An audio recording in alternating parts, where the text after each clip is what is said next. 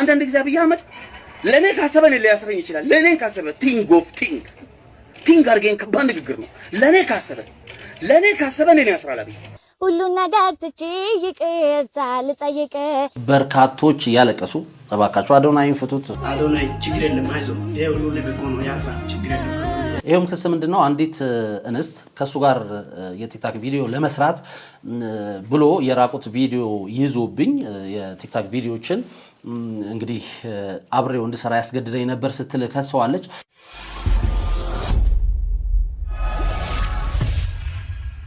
ሰላም ጤና ይስጥልን የተከበራችሁና የተወደዳችሁ ቤተሰቦቻችን ኢትዮ ኢንፎ እየተከታተላችሁ አብራችሁ እንድትሆኑ ጋበዝን። ይህንን ከ801 ሺህ በላይ ሰብስክራይበር ያለውን ቻናላችንን ሰብስክራይብ በማድረግ የደውል ምልክቷን በመጫን በየዕለቱ የምንለቃቸው መረጃዎች በፍጥነት እንዲደርሳችሁ አድርጉ።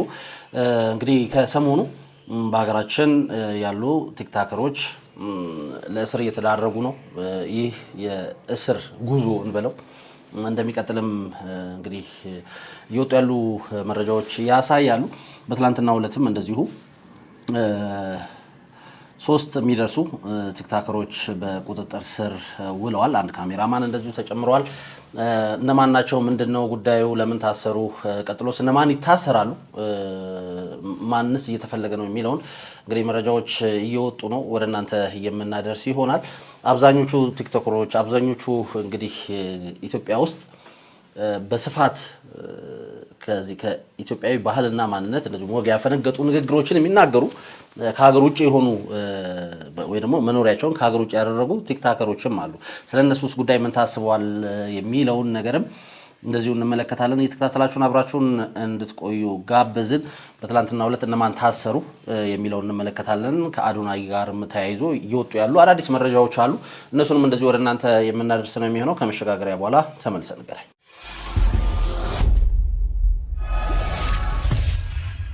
አድማጭ ተመልካቾቻችን የተከታተላችሁን አብራችሁን ስላላችሁ እናመሰግናለን። መግቢያ ላይ እንዳልኳችሁ ነው። ይህንን ቻናል ግን ሰብስክራይብ ሳታደርጉ ከሆነ እየተመለከታችሁ ያላችሁ ተባካችሁ ሰብስክራይብ አድርጉ። ከእናንተ ጋር እንግዲህ ቁጥራችንን ወደ 801 ሺህ አድርሰናል። ለዚህ ምስጋና ይገባችኋል ማለት እንወዳለን። ነገር ግን ቅድም እንዳልኳችሁ ነው። በድጋሚ ሰብስክራይብ ሳታደርጉ ከሆነ እየተመለከታችሁ ያላችሁ ሰብስክራይብ አድርጉ።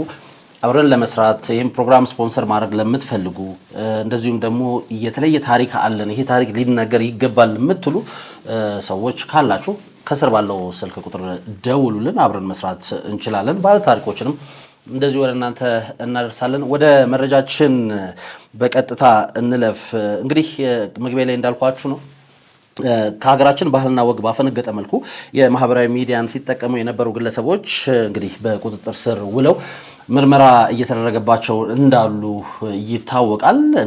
መጀመሪያ አካባቢ ኢቫን እድሪስ ወይም ደግሞ ወንጌላዊት እድሪስ እንደዚሁም ዮሐንስ ወይም ደግሞ በቲክታክ ስሙ ጃኒ እንደዚሁም ከነሱ ጋር አብረው ይሰሩ የነበሩ ያንን ልብስ ስፖንሰር ያደረጉ ዲዛይን ያደረጉ ተብሎ በቁጥጥር ስር ሌሎች 3 ሰዎች ወይም ደግሞ 3 ቲክታከሮች ተጨምረው በቁጥጥር ስር ውለው ምርመራ እየተጣራባቸው እንደሆነ ተሰምቶ ነበር። አሁንም በእስር ላይ ነው የሚገኙት። ወዲያው ደግሞ አዶናይ እንግዲህ በቲክታክ ላይ ከ3.9 ሚሊዮን በላይ ተከታይ ያለው አዶናይ በቁጥጥር ስር መዋሉ ተሰምቷል። የሱ በቁጥጥር ስር መዋልን ተከትሎ በርካቶች በትላንትናው ዕለት በሰራውልናችሁ ዘገባ መሰረት በርካቶች ቅሬታቸውን ሀዘናቸውን ገልጸዋል። ሌሎች ደግሞ ይገባል ነገሮች መጣራት አለባቸው ብለዋል። ሌላው ምንድነው በትላንትናው ዕለት ከተሰማው አንደኛው ነገር አዶናይ በቁጥጥር ስር ውሎ እንግዲህ ምርመራ መደረጉን ተከትሎ ወይም ደግሞ በህግ ጥላ ስር መሆኑን ተከትሎ ወላጅናቱ ለቢቢሲ ስለ ልጃቸው የተሰማቸውን ነገር ተናግረዋል። እኛም ፕሮግራም ሰርተንላችኋል። እሱን ተመልክቶ ሌላው በርካቶች ያለቀሱ እባካችሁ አዶናይን ፍቱት እሱ ምንም አላረገም የሚል እንግዲህ ጥሪ አቅርበዋል። ሌሎች ደግሞ ልክ ነው ሊጣራ ይገባዋል እንግዲህ ህግ የያዘው ነገር ጥሩ ነው ይታይና ንጹህ ሆነ ይለቀቃል ምንም ችግር የለውም የሚልን ሐሳብ ሰንዝረዋል። በትላንትናው ዕለት አዶናይ እንግዲህ በቁጥጥር ስር ውሎ ነበር። ፍርድ ቤት መቅረቡ ተሰምቷል። ፍርድ ቤት ቀርቦ ደግሞ የ14 ቀን ፖሊስ የጠየቀውን የ14 ቀን የምርመራ ጊዜ ፍርድ ቤቱ ማጽደቁም እንደዚሁ ነው መሰማቱን ወደ እናንተ አድርሰናል። እንግዲህ ከአዶናይ እስር ጋር ተከትሎ ሌላው የተሰማው ነገር ምንድነው? አዶናይን እስር የካናዳ ኤምባሲ እንዲከታተል በአዶናይ አባት በኩል ካናዳ ኤምባሲ ወረቀት መግባቱ ነው ወይ ደግሞ ማመልከቻ መግባቱ ተሰምቷል። እንደሚታወቀው አዶናይ ካናዳዊ ዜግነት እንዳለው ሁላችንም የምናውቀው መረጃ ነው ራሱ ስለሰራው ማለት ነው። ፓስፖርቱ ካናዳዊ ነው። ምናልባትም ጥምር ዜጋ የመሆን እድሉ ጠባብ ነው። ምክንያቱም ኢትዮጵያዊ የሚለውን ፓስፖርቱን ጥሎ ነው የካናዳ ፓስፖርት የሚፈቀድለት። ለዛም እንግዲህ በአባቱ በኩል የሱን ጉዳይ ካናዳ ኤምባሲ እንዲከታተለው ማመልከቻ ማስገባቱ እንደዚሁ በትላንትናው ዕለት ተሰምቷል። ሌላው እንግዲህ ከዚህ ጋር ተያይዞ ምንድነው ሊሆንስ የሚችለው የሚለውን ነገር እየተከታተልን ወደ እናንተ እናደርሳለን። ቅድም እንዳልኳችሁ እናቱም እንደዚሁ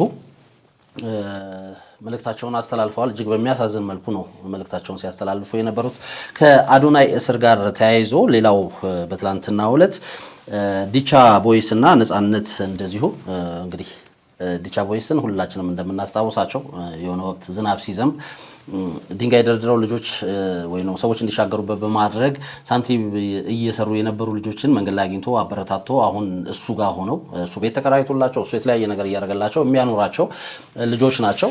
ሌላዋ ነጻነት ነች። ነጻነት እንደዚሁ ዝዋይ አካባቢ ቆሎ በመሸጥ የምትተዳደር ቤተሰቧን ጋር የምትደግፍ የነበረች ልጅ እንደዚሁ ድምጿ ስለሰማት ወደ አዲስ አበባ መጥቶ ታላቅ ድምጻዊ አረጋታለሁ አብሬ ያተሰራለሁ ፕሮዲዩስ አረጋታለሁ ብሎ የተለያዩ ስራዎችን አብሯት እየሰራ የነበረች ልጅ ነች። ልቤ እንደመረበሽ አለ እንደመናፈቅ ከፊቴ ላይ ሳጣ ሁልጊዜ መጨነቅ ሁሉን ነገር ትቼ ይቅርታ ልጠይቅ አስታራቂ ሚለን እኛው እንታረቅ እኛው እንታረቅ እኛው እንታረቅ።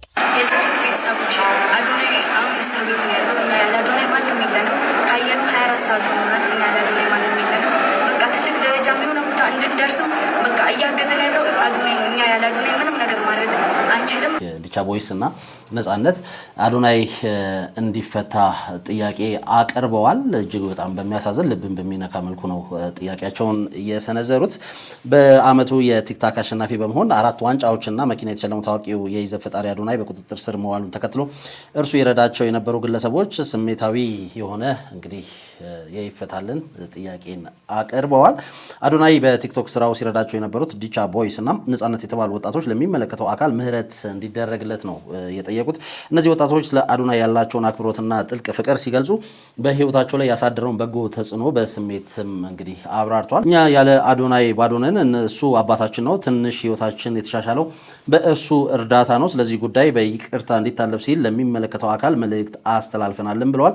ወጣቶቹ በተጨማሪም ለአዶናይ የመጽናናት መልእክት አስተላልፈዋል። አዶናይ አይዞ አባታችን፣ ፈጣሪ ካንተ ጋር ይሁን፣ እንወዳሃለንም ሲሉ ነው እንግዲህ መልእክታቸውን በስሜት በሚነካ መልኩ ያስተላለፉት። እንደዚሁ ከአዶናይ ጋር ተያይዘው የአዶናይ ካሜራማንና ከእሱ ስር የማይጠፋው ናፒም እንደዚሁ በቁጥጥር ስር መዋሉ ታውቋል። ናፒ በቁጥጥር ስር የዋለው በፌዴራልና በከተማ ፖሊሶች እየተካሄደ ባለው የባህልና ስነ ምግባር ማስጠበቅ ዘመቻ ምክንያት እንደሆነ ተነግሯል። በቲክታክ ገጹ ላይ ከባህልና ከሀገራዊ ስነ ምግባር ውጭ የሆኑ ይዘቶችን ማቅረቡ፣ አግባብ ያልሆኑ አለባበሶችን ለብሶ መቅረብ በማህበራዊ ሚዲያ ላይ የተካሄደ ያለውን የህግ ማስከበር ዘመቻ ምን ያህል ጥብቅ እንደሆነ የሚያሳይ ነው ተብሏል። የባህልና ስነ ምግባር ማስጠበቅ ዘመቻ ከህግ ውጭ የሆኑና ባህልን ይጻረራሉ የተባሉ ይዘቶችን በሚያቀርቡ አካላት ላይ ያነጣጠረ እንደሆነም ነው እንግዲህ የተነገረው። ሌላው ምንድነው የባህልና ስነ ምግባርን ማስጠበቅ ዘመቻን እንግዲህ ከህግ ውጭ የሆኑና ባህልን ይጻረራሉ የተባሉ ይዘቶችን በቲክታክ ገጾቻቸው በሰፊው ሲያሰራጩ የነበሩ ሌሎችም እንደዚሁ ቲክታከሮች በቁጥጥር ስር ውለዋል። እነኚህ ቲክታከሮች እንግዲህ በላይቭ ጌም ይጫወቱ የነበሩ፣ ሌሎቹ ደግሞ እንደዚሁ የተለያዩ ይዘት ያላቸውን ስራዎች በቲክታክ ገጻቸው ያጋሩ የነበሩ ናቸው። እነማን ናቸው የሚለውን የፌዴራል ፖሊስ መግለጫን እንደወረደ እንመልከተውና እነሱም ላይ የተወሰነ ሀሳቦችን ወደ እናንተ እናደርሳለን። ከሀገራችን ባህልና ወግ ባፈነገጠ መልኩ የማህበራዊ ሚዲያን ሲጠቀሙ የነበሩ ግለሰቦች በቁጥጥር ስር ውለው ምርመራ ይጣራባቸው መሆኑን የአዲስ አበባ ፖሊስ ጠቅላይ መምሪያ እንግዲህ አስታውቋል። ከማህበራዊ ሚዲያ ፕላትፎርም አንዱ የሆነው ቲክታክን በመጠቀም ከሀገራችን ባህልና ወግ ያፈነገጡ መልእክቶችና ምስሎችን ሲያስተላልፉ የነበሩ ግለሰቦች በቁጥጥር ስር በመዋል ምርመራ ይጣራባቸው ይገኛል ተብሏል።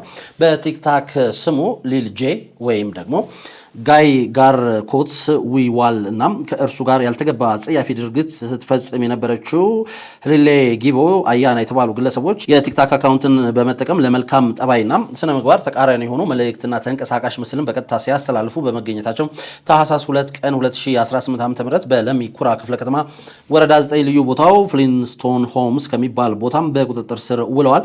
በተመሳሳይ ዜና በቲክቶክ ስሙ ፕሬዝዳንት ማሜ ወይም ደግሞ ባህሩዲን ሙሰማ ከሀገራችን ባህልና ወግ ያፈነገጡ መልእክቶችን ሲያስተላልፍ በቦሌ ክፍለ ከተማ ወረዳ 1 ልዩ ቦታው ቦሌ ሚካኤል ጃፋር መስጂድ አካባቢ እንደዚሁ በቁጥጥር ስር መዋሉ ተሰምቷል። ማህበራዊ ሚዲያን ለበጎ ተግባር ለትውልድ ለማነጽ መጠቀም ሲገባ ትውልድን ወደ አላስፈላጊ ድርጊት እንዲገባ የሚያስተምሩና የሚገፋፉ መሰል እኩይ ተግባራትን በሚፈጽሙ ግለሰቦችና ቡድኖች ላይ የሚወስደውን ህጋዊ እርምጃ ተጠናክሮ እንደሚቀጥል የአዲስ አበባ ፖሊስ ጠቅላይ መምሪያ እንግዲህ አስታውቋል። እዚህ ጋር ልብ ልንል የሚገባው ቲክታክ ላይ ገንዘብ ለማግኘት እጅግ በጣም አስጸያፊ የሆኑ እጅግ በጣም ለማየት ለመስማት የሚከብዱ ተግባራትን በቲክታክ ፕላትፎርም ላይ እየተመለከትን ነው። ከሊል ጄ ወይም ደግሞ ጋይገር ኮት ጋር እንደዚሁ የተያዘ አንድ ነገር ልንገራችሁ። ይህ ልጅ ብዙዎቻችን እናስታውሷለን ወይ ብዙዎቻችን እናውቀዋለን። በቅርቡ ደግሞ እንደዚሁ በቲክታክ ላይ አንድ ክስ ቀርቦበት ነበረ። ለሱ ምላሽ እየሰጠነ ባለበት ሁኔታ ውስጥ ነው እንግዲህ አሁን በቁጥጥር ስር የዋለው። ይሄም ክስ ምንድነው? አንዲት እንስት ከሱ ጋር የቲክታክ ቪዲዮ ለመስራት ብሎ የራቁት ቪዲዮ ይዞብኝ የቲክታክ ቪዲዮችን እንግዲህ አብሬው እንድሰራ ያስገድደኝ ነበር ስትል ከሰዋለች። እሱም በፍጹም ሲል እዛው ቲክቶክ ላይ ምላሽ ሰጥቷል። የተለመደ ነገር ነው ይሄ። በአንዳንድ ሰዎች አሉ ነገሮችን ለማጣራት እዛው ቲክቶክ ላይ ህግ ሳይሆን ቲክታክ ላይ እዛው መፍትሄ ለመስጠት እዛው ነገሮችን ለማጣራት የሚሞክሩ። ይሄም ነገር እንግዲህ አግባብነት ያለው አይመስለኝም። እንደዚህ አይነት ወንጀል የሰሩ ሰዎች ካሉ ወይም ተጠርጣሪዎች ካሉ ከሳሽ ቲክቶክ ላይ ሳይሆን መክሰስ ያለባት ቀጥታ ለመንግስት ወይም ደግሞ ለህግ አካላት ሄዳ ይህንን ክስ ማቅረብ፣ መንግስትም በሚገባው ልክ ወይም ደግሞ የህግ አካላትም ይህን ጉዳይ በሚገባው ልክ አጣርተው ለህግ መቅረብ ያለበትን ወይም ደግሞ ወንጀሉ ተሰርቷል አልተሰራም የሚለው ማጣራት ይችላሉ እንጂ አሁን እየተለመደ የመጣው ነገር የሆነ ሰው ይሄን አርጎኛል ይላል፣ እዛው ፍርድ ቤቱ ፖሊሱ ምርመራው ቲክቶክ ላይ ይሆናልና እንደዚህ አይነት ነገሮችም እንግዲህ መንግስት ትኩረት ሊሰጣቸው ይገባል ማለት እንወዳለን። ምክንያቱም አንድ ሰው ወንጀል ተሰርቶብኛል ካለ መፍትሄ የሚያገኘው ቲክታክ ላይ አይደለም፣ መፍትሄ የሚያገኘው በህግ ነው።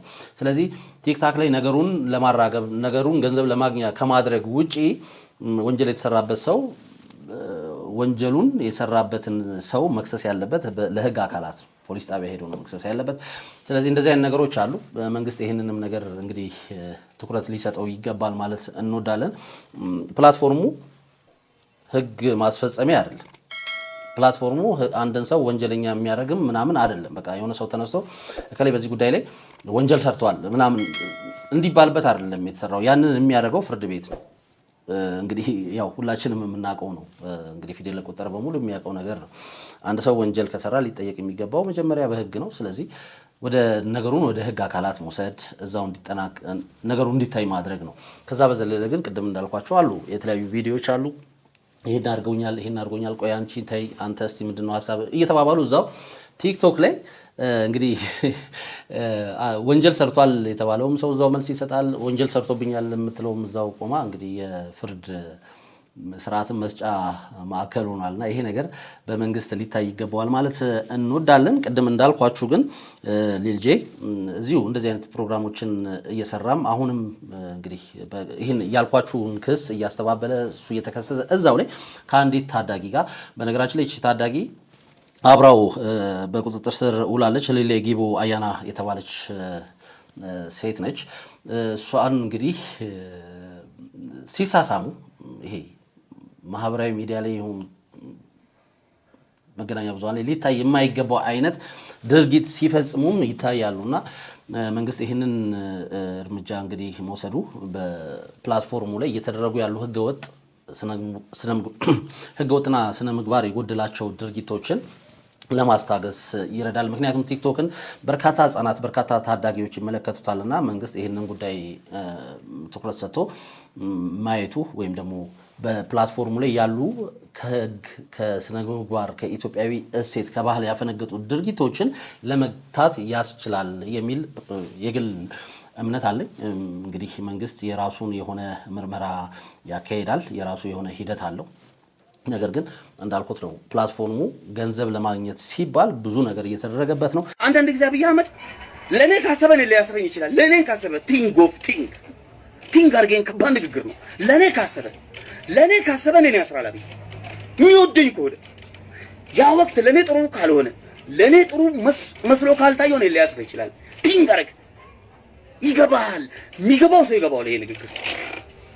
ሌላው እንግዲህ ራሱን ፕሬዚዳንት እያለ የሚጠራውና ከዚህ በፊት ጩሉሌ ፓርቲ የሚል ፓርቲ መስርቶ ምርጫ ቦርድ ፍቃድ ወስዶ ለምርጫ እንግዲህ ለመወዳደር ወይም ደግሞ የተወዳደረ ፕሬዚዳንት ማሜ እያለ ራሱን የሚጠራው ባህሩዲን ሙሰማ የተባለው እንደዚሁ በቁጥጥር ስር ውሏል። ጩሉሌ ምልክትን ምረጡን እዩ አናሳፍራችሁ። የምርጫ ምልክቴ ጩሉሌ ነው። ፕሬዚዳንት ማሜ የሚታወቀው ላይቭ ጌም በመጫወት ነው።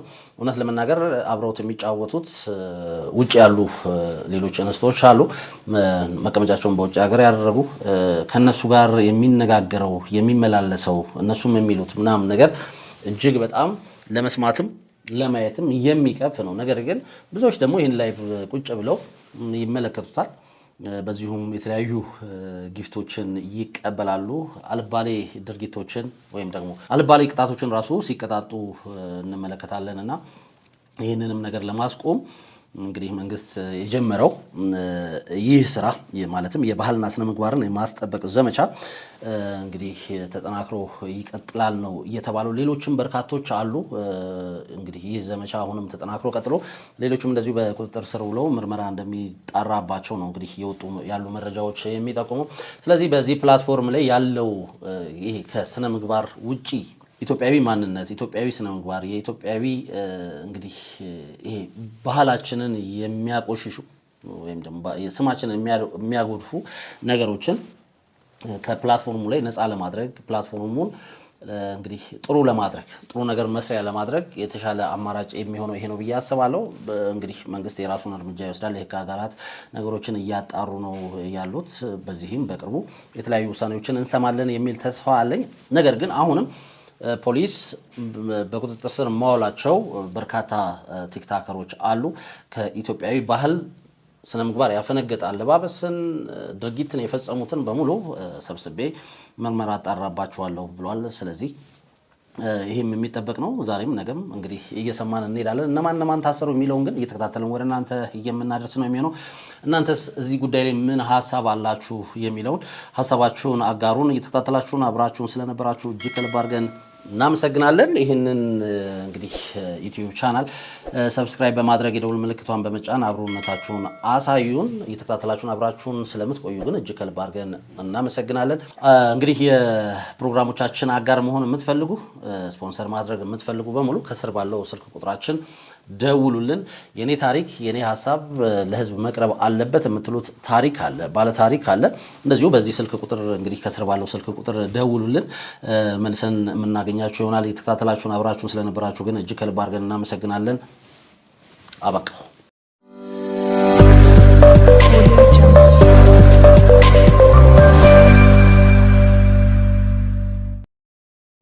ከሰሞኑ በሀገራችን ያሉ ቲክታከሮች ለእስር እየተዳረጉ ነው። ይህ የእስር ጉዞ እንደሚቀጥልም እንግዲህ እየወጡ ያሉ መረጃዎች ያሳያሉ። በትላንትናው ዕለትም እንደዚሁ 3 የሚደርሱ ቲክታከሮች በቁጥጥር ስር ውለዋል። አንድ ካሜራማንም እንደዚሁ ተጨምሮበታል። እነማን ናቸው? ምንድነው ጉዳዩ? ለምን ታሰሩ? ቀጥሎስ እነማን ይታሰራሉ? ማንስ እየተፈለገ ነው የሚለውን መረጃዎች እየወጡ ወደ እናንተ የምናደርስ ይሆናል። በትላንትናው ዕለት እነማን ታሰሩ የሚለውን እንመለከታለን። ከአዶናይ ጋር ተያይዞም እየወጡ ያሉ አዳዲስ መረጃዎች አሉ። እሱንም እንደዚሁ ወደ እናንተ የምናደርስ ነው የሚሆነው። አድማጭ ተመልካቾቻችን እየተከታተላችሁን አብራችሁን ስላላችሁ እናመሰግናለን። ወደ መረጃችን በቀጥታ እንረፍ። መግቢያ ላይ እንዳልናችሁ ከሀገራችን ባህልና ወግ በፈነገጠ መልኩ የማህበራዊ ሚዲያን ሲጠቀሙ የነበሩ ግለሰቦች በቁጥጥር ስር ውለው ምርመራ እየተደረገባቸው እንዳሉ ይታወቃል። መጀመሪያ አካባቢ ኢቫን እድሪስ ወይም ደግሞ ወንጌላዊት እድሪስ እንደዚሁም ዮሐንስ ወይም ደግሞ በቲክታክ ስሙ ጃኒ እንደዚሁም ከሱ ጋር አብረው ይሰሩ የነበሩ ያንን ልብስ ስፖንሰር ያደረጉ ዲዛይን ያደረጉት ሌሎች ሰዎችም ወይም ደግሞ 3 ቲክቶከሮች ተጨምረው በቁጥጥር ስር ውለው ምርመራ እየተጣራባቸው እንደሆነ ተሰምቶ ነበር። ወዲያው ደግሞ በቲክቶክ ላይ ከ3.9 ሚሊዮን በላይ ተከታይ ያለው አዶናይ በቁጥጥር ስር መዋሉ ተሰምቷል። የእሱን በቁጥጥር ስር መዋል ተከትሎ በትናንትናው ዕለት በሰራነው ዘገባ መሰረት በርካቶች ቅሬታቸውንና ሀዘናቸውን ገልጸዋል። ሌሎች ደግሞ ይገባል፣ ነገሮች መጣራት አለባቸው ብለዋል። ሌላው በትላንትናው ዕለት የተመለከተው አንደኛው ነገር አዶናይ በቁጥጥር ስር መዋሉን ተከትሎ ወይም ደግሞ በህግ ጥላ ስር መሆኑን ተከትሎ ወላጅ እናቱ ለቢቢሲ ትግራይ ስለ ልጃቸው የተሰማቸውን ነገር ተናግረዋል። እርሱን ተከትሎም ሌሎች በርካቶች እባካችሁ አዶናይን ፍቱት፣ ምንም ነገር አላደረገም ሲሉ ጥሪ አቅርበዋል። ሌሎች ደግሞ ልክ ነው፣ ሊጣራ ይገባል፣ የተያዘው በህግ ጥላ ስር ነው፣ ነገሩ ታይቶ ንጹህ ከሆነ ይለቀቃል፣ ምንም ችግር የለም የሚል ሐሳብን ሰንዝረዋል። በትናንትናው ዕለት አዶናይ በህግ ቁጥጥር ስር ከዋለ በኋላ ወደ ፍርድ ቤት መቅረቡ ተሰምቷል። ፍርድ ቤት ቀርቦም ፖሊስ የጠየቀውን የ14 ቀን የምርመራ ጊዜ ፍርድ ቤቱ ማጽደቁም እንደዚሁ ተሰምቷል። ከአዶናይ እስር ጋር ተያይዞ ሌላው የተሰማው መረጃ አዶናይ የካናዳ ዜግነት እንዳለው የሚታወቅ ነው። ይህን ተከትሎም አባቱ ለካናዳ ኤምባሲ ደብዳቤ ማስገባታቸው ተሰምቷል። እንደሚታወቀው አዶናይ ካናዳዊ ዜጋ መሆኑን ሁላችንም የምናውቀው መረጃ ነው። ራሱም በቲክቶክ አካውንቱ የገለጸው ነገር ስለሆነ ማለት ነው። ምናልባትም ጥምር ዜጋ የመሆን እድሉ ጠባብ ነው። ምክንያቱም ኢትዮጵያ የሚለውን ፓስፖርትን ጥሎ ነው የካናዳ ፓስፖርት የሚፈቀድለት። በዛ ነው እንግዲህ በአባቱ በኩል የእሱን ጉዳይ ካናዳ ኤምባሲ እንዲከታተለው ማመልከቻ ያስገቡት።